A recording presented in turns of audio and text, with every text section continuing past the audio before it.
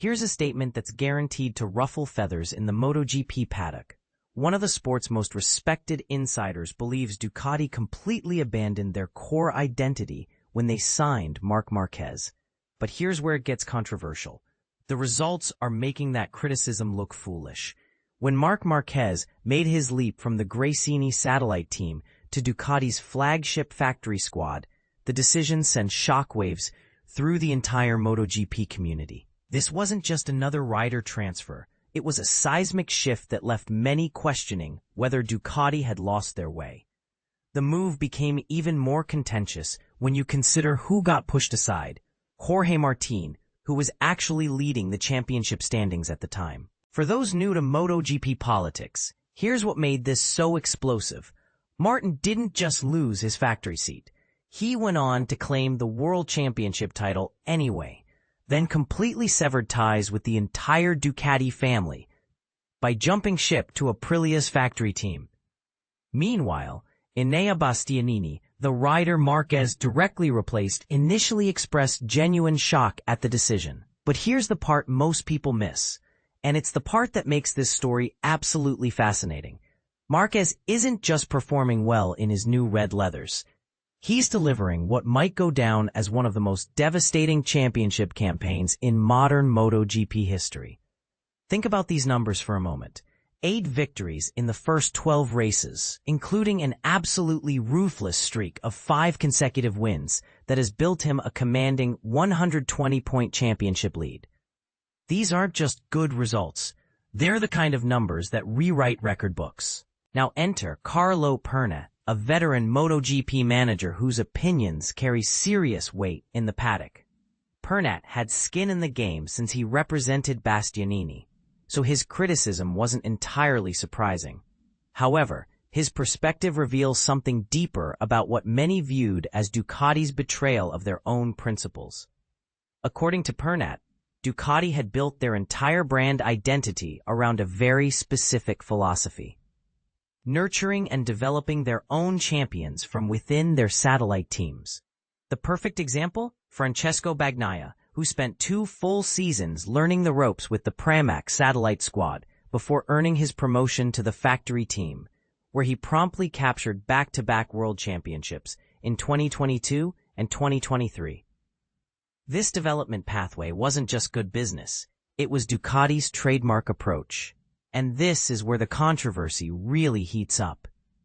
Pernat openly admits he criticized the Marquez signing, stating that it fundamentally upended the history of a brand that had long prided itself on developing its own champions.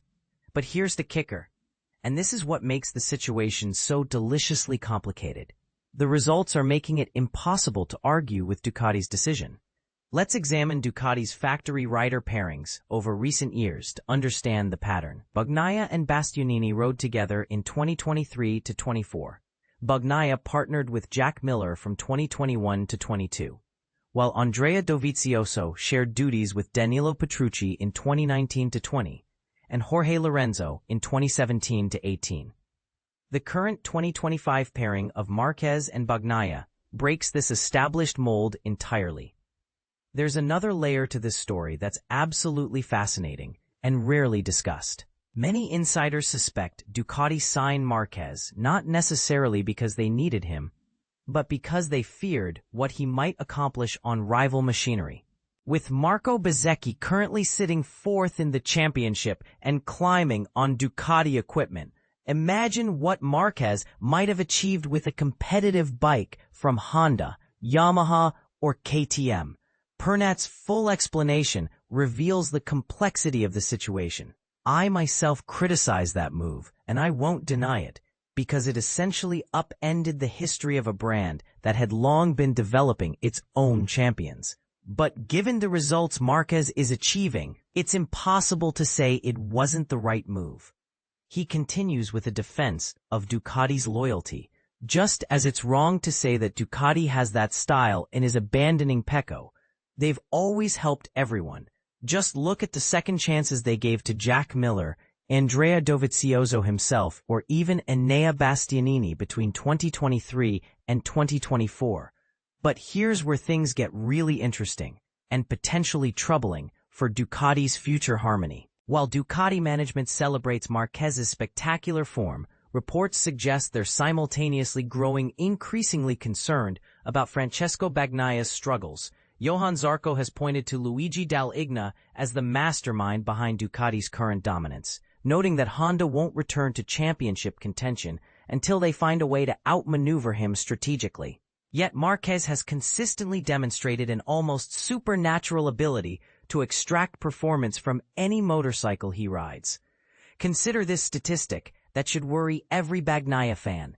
Marquez has accumulated more podium finishes than both Bagnaia and Fabio Di Giannantonio, his fellow GP25 riders, combined.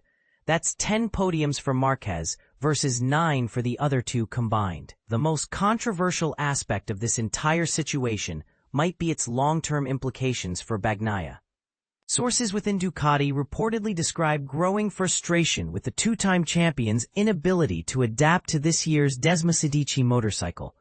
Even if Bagnaia rediscovers his championship form next season, some Cadec insiders fear he may never regain the elevated status he enjoyed within the Borgo Panigale organization before Marquez's arrival. With both riders locked into contracts through the end of 2026, this internal dynamic promises to provide endless drama and intrigue. So here's the question that's dividing the MotoGP community. Did Ducati make a brilliant strategic move by signing the sport's most proven winner? Or did they sacrifice their core values and long-term stability for short-term success? Was abandoning their development philosophy worth the immediate championship dividends? And here's an even more provocative thought. If Marquez continues this level of dominance, does it prove that Ducati's previous approach was actually holding them back from reaching their true potential? What's your take on this controversial decision? Do you think Ducati was right to break their own rules for Marquez, or should they have stuck with their tradition of developing homegrown champions? Share your thoughts in the comments, because this debate is far from over.